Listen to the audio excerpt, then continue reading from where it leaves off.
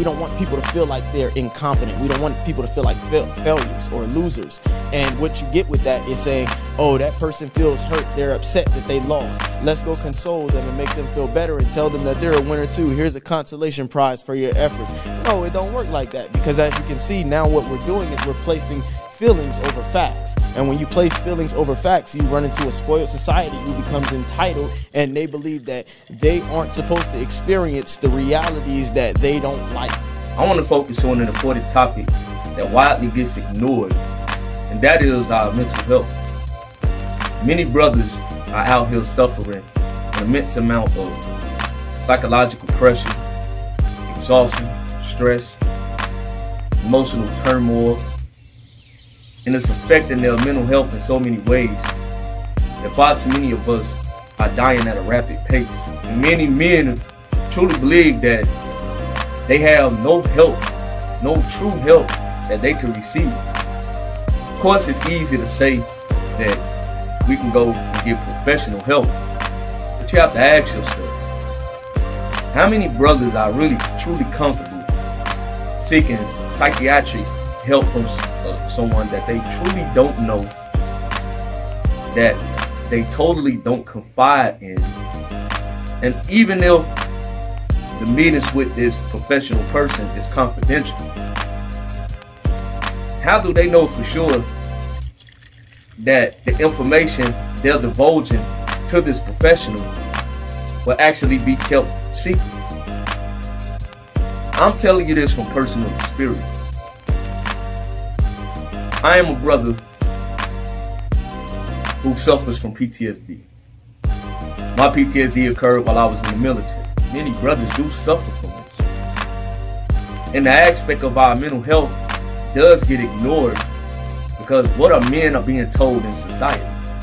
Men are being told to just man up, don't worry about it, keep moving on, don't be no pussy, don't be soft, you can handle it, ain't nothing God gonna put on you that you can't handle, suck it up. Things of these factors that, although we should be able to muster it, but the bottom line is, there comes a point in a man's life where he just reach a boiling point to where he just loses his mind. And out of all of this fiasco that we're seeing with the Will Smith situation, I have rarely seen anyone discuss his true mental health.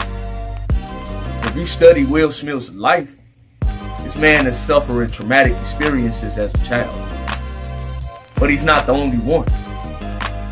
Many young men, many women as well, are still suffering the effects of traumatic experiences they had to undergo throughout their childhood. And a lot of this trauma that we've witnessed in our childhood has not been fully healed. This is the biggest plight of our people, or problem that is concerning our people. Forget the racism, forget the baby mama, baby daddy drama, forget police brutality. I truly believe that the #1 problem that has affected black people as a whole, but particularly black men, is our mental health. Our mental health, emotional scars, traumatic experiences from the past. Things that never fully get addressed because we try to harbor it in. We try to hide it. The #1 thing that destroys a young man's mental health is the fact that his father wasn't present in his life, or his father left the household, or his father and mother separated. That is something in my own personal life I'm going to have to discuss one day with my own son, because I'm not in the household every day. But guess what? I suffered from it as well. My experience was, from the age of 9 to 14, I didn't see my father at all.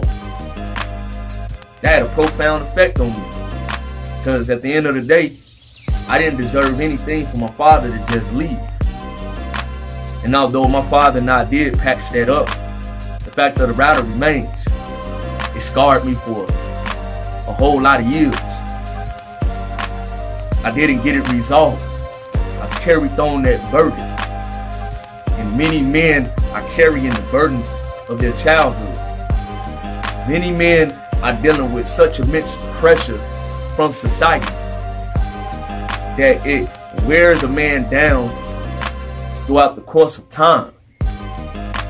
Nobody seems to want to acknowledge that. No one wants to say, why are we putting so much pressure on these men?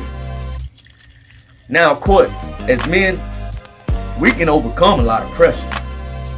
But when it overbears us to where it just totally burns us out, then you see the declining factors of what tears a man truly down. 80% of women bring up conflict in a relationship. 80% of men stonewall in the relationship. So while the woman is trying to is communicating what the problem is, he doesn't want to talk about it. And typically what he doesn't want to talk about is because he don't feel that he can get anywhere. Hence, don't argue with women. They feel that it's hopeless. But you have to be able to engage in this conflict, and you have to be able to be logical. And what it is that a lot of these women are smarter than the men that they're dating. So the men can't rebuttal. They can't show why what they're saying is true. Not only that, many men deal with emotional abuse, sometimes at the hands of their own women. As a black man living in this country, it tears me up inside when I see so many black women have this anger and hostility against black men, and then they take out whatever they dealt with in a previous relationship or relationships with other brothers, take it out on men like me who do not deserve the emotional abuse, who did not contribute to whatever you dealt with in your past relationships. They bring on that emotionalism, that emotional turmoil, and then they lash it out against guys like myself. And what does that do to brothers like me? Over time, it makes a lot of brothers resent their own women. That itself is a crime.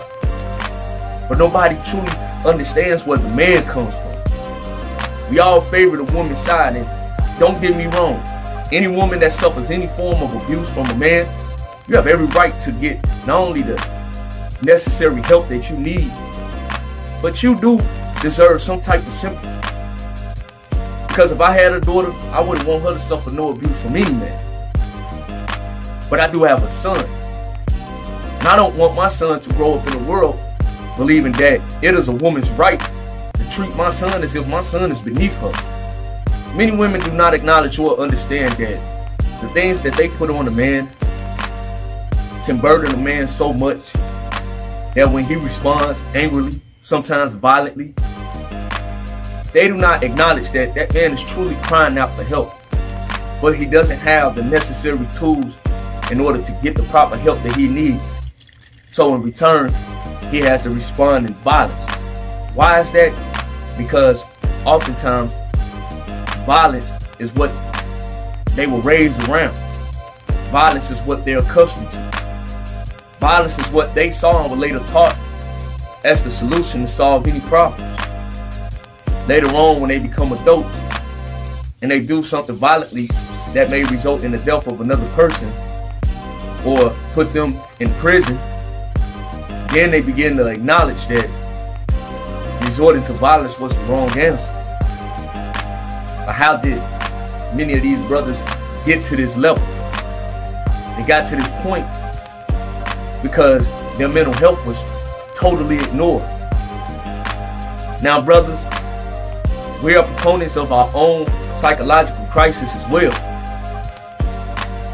because there are outlets out here that can help us out in our time of need.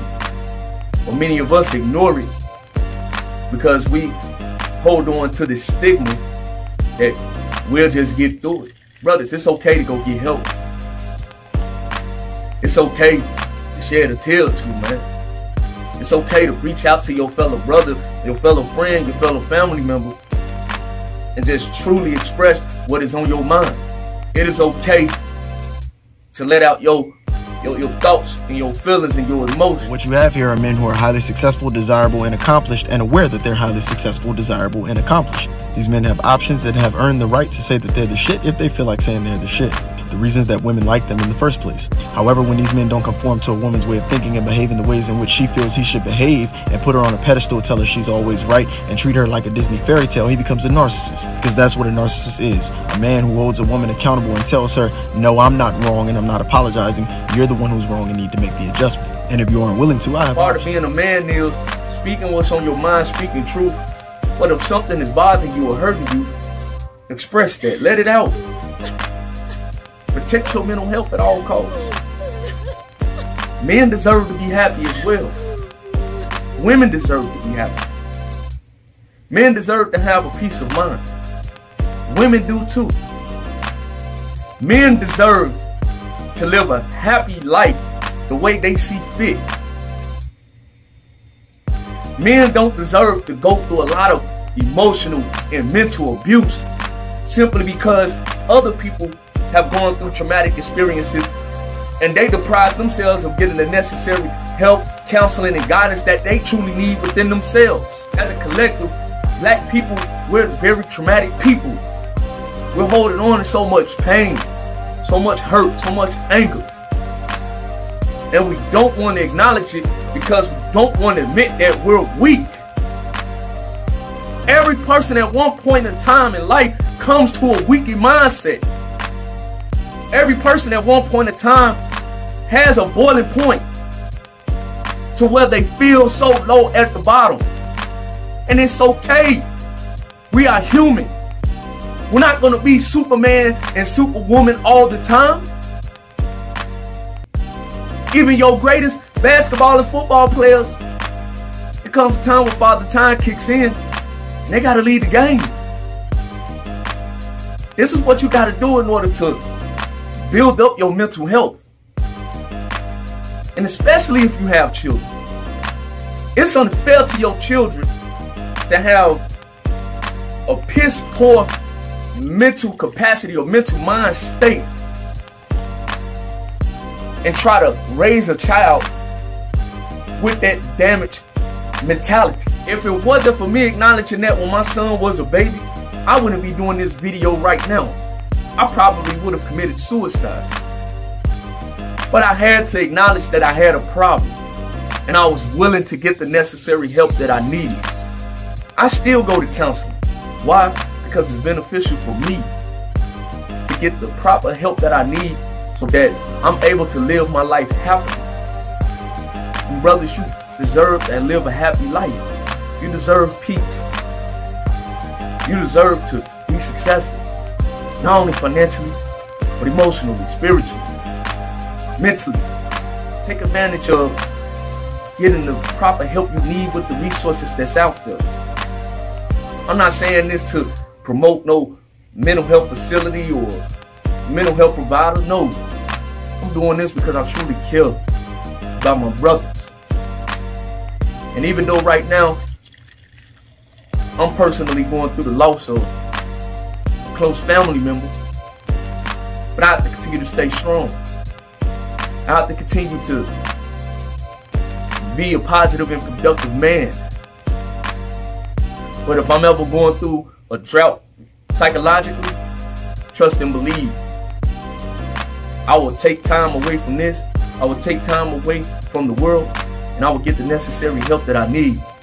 Because my mental health and my sanity is near and dear to me. And brothers, your mental health and your sanity should be near and dear to you. In conclusion, get the help that you need, brothers and sisters. We have to let go of these traumas that we continue to hold within. Of course, you can't rewrite the memory.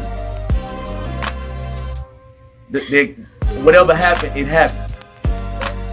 But do we have to live with it forever? That it continues to hurt us even more? Because hurt people do hurt people. It's unfair to hurt other people. But it's unfair for that hurt person to be hurt in the first place. It's just like an injury. You break something in your body, it may never go back to what it once was. But in time, wounds do heal. And this is the mental capacity we need to build up for ourselves. Protect your mental health. Regain your sanity. You have a right to express what's on your mind. But not only that, you have a right to not allow any stress, turmoil, or burdens overwhelm you to the point you're thinking about killing yourself as an easy way out. Don't do it, brother. Take care of your mental health. But surround yourself around people who truly care. Because someone does. And I'm one of them. Otherwise, I would not have done this video whatsoever. I do this video out of love, out of care, because I love my people. But I want what's best for both my brothers and sisters. Because I'm a work in progress as well. Peace, love. And may God bless each and every last one of you. 100. This is a classic example of a man engaging in risky and foolish behavior in an attempt to overcompensate and prove his worth to a woman who doesn't respect him. Understand, this goes deeper than the joke. This man is hurt, tired, emasculated, embarrassed, all the above, and he's made a fool out of himself with this woman on multiple occasions. Yet he has no one to blame but himself, because there are 3 things that I wouldn't put up with from a woman that he has put up with. A woman who emasculates you and disrespects you overtly, a woman who cheats on you, and a woman who can't take a fucking joke. Fellas, being this erratic and impulsive over a woman is not a good look. Don't compromise your sanity seeking her validation.